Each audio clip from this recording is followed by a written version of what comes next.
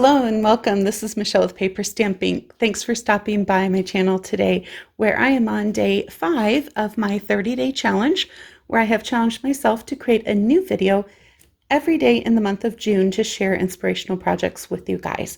I hope that you enjoy that. If you haven't caught the beginning of the series, I'll link that playlist in the description down below so you can watch all the previous ones as well, and make sure that you hit the subscribe and bell notification so you get notified when I post my future videos. If you want to play along with my crafting community over on my Facebook group, I'd like to invite you to come and be a part of that as well. I'm going to be posting the projects there each day, and then you have an opportunity to create the same project but take your own twist and put on it.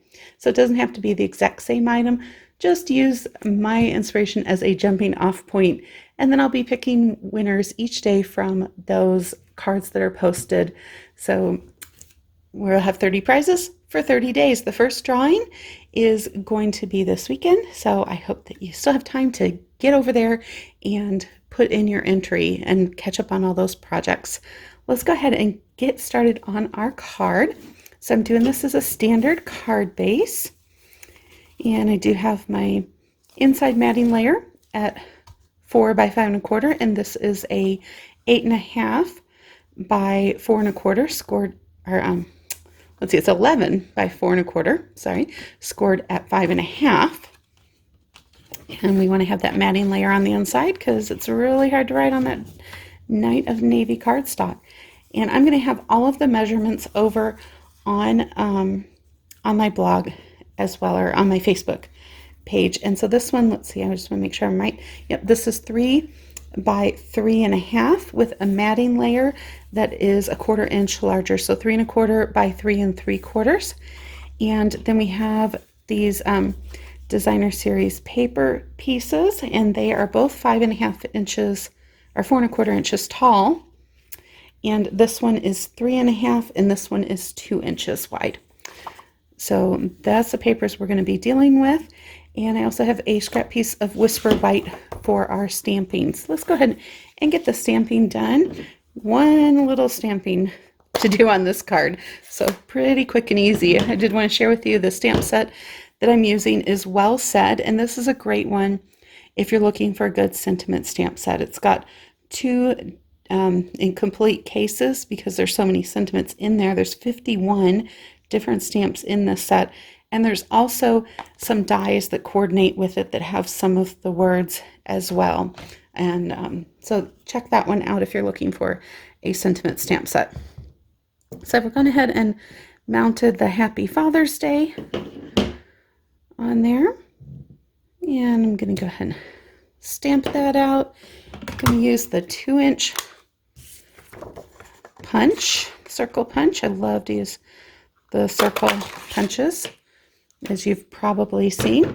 And then we're going to go ahead and do some more punching while I have those out. I'm going to use this matting layer for this piece of DSP. Put that up out of the way. And I'm going to punch my mat for my sentiment because this is all going to get covered up. So let's use our cardstock wisely. And then I'm also going to use a regular hole punch. Let me make sure I don't have anything in there. And I am going to punch 3 little circles out of there as well. And now we can go ahead and start assembling this card. How quick is this one coming together? I'm going to go ahead and do that inside layer, and then when we start putting the outside layer together, I want to share with you some tips on mixing and matching pattern papers. I get asked often, how do you find ones that aren't going to clash and fight with each other?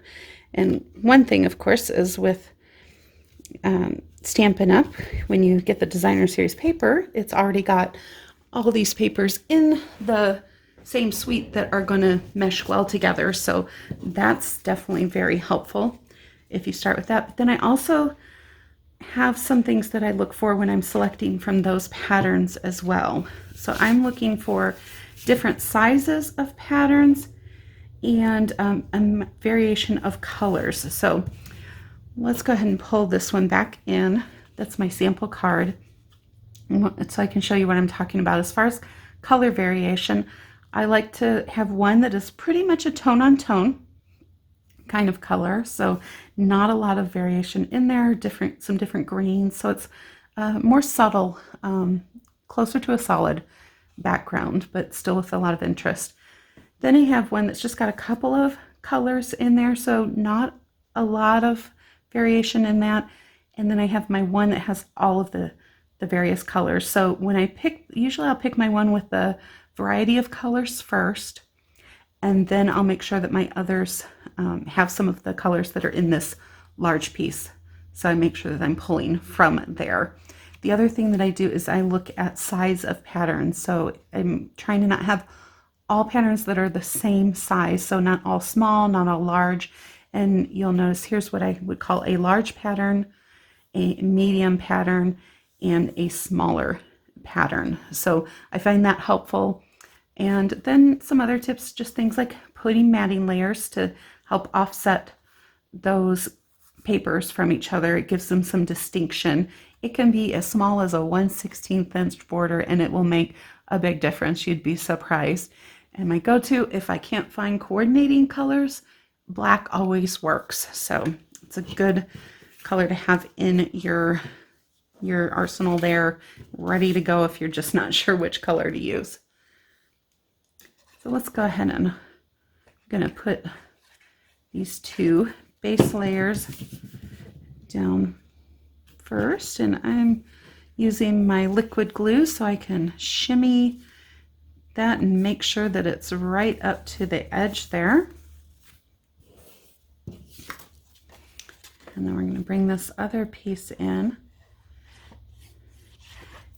And I'm going to do the same thing. I'm going to make sure it's right along that edge. Now, if I did have any gap there, I wouldn't worry about that too much because I've got a little thin scrap that I have here. And this is longer than we're going to need, but we'll go ahead and just glue that down across where those two meet. I think it makes it a little bit neater too. So I've just got a 1/4 inch strip of that Night of Navy, and it would only need to be 4 1/4 inch tall. I've got it a little longer, so we'll just trim that excess off. And it looks like this DSP was just a tad bit longer than I needed as well.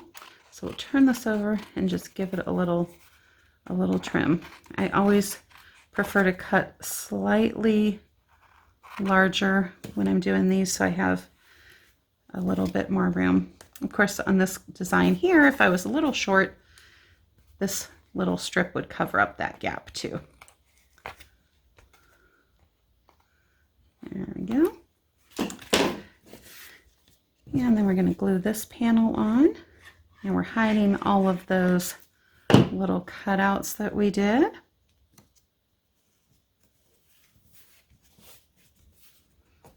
Mat our sentiment on our circle. And then I am going to come in with some dimensionals here. It looks like I'm a little short on my dimensionals, so we're going to use these edges. Don't throw them away when you get done pulling off those little dimensional pieces, because these edges work just as great. I made a little face. It looks kind of angry. Sorry, I'm easily distracted sometimes. You gotta have fun when you're making cards, right? Have some imagination. Our creativity is what allows us to, at least for me, it allows me to relieve some stress. I have a blog I follow that, as she states, creative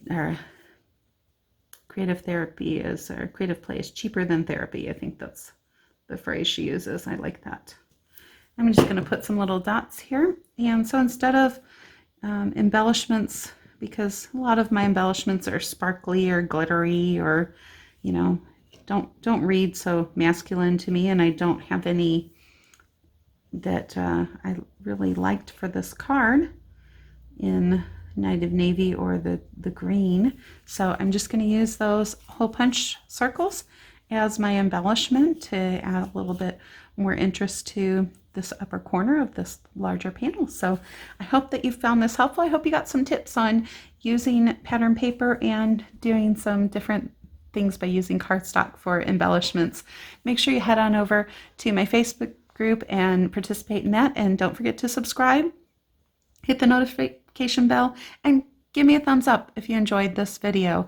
Leave me a comment down below. I love to hear from you guys, and share with me what you'd like to see in future videos or what you enjoyed about this video.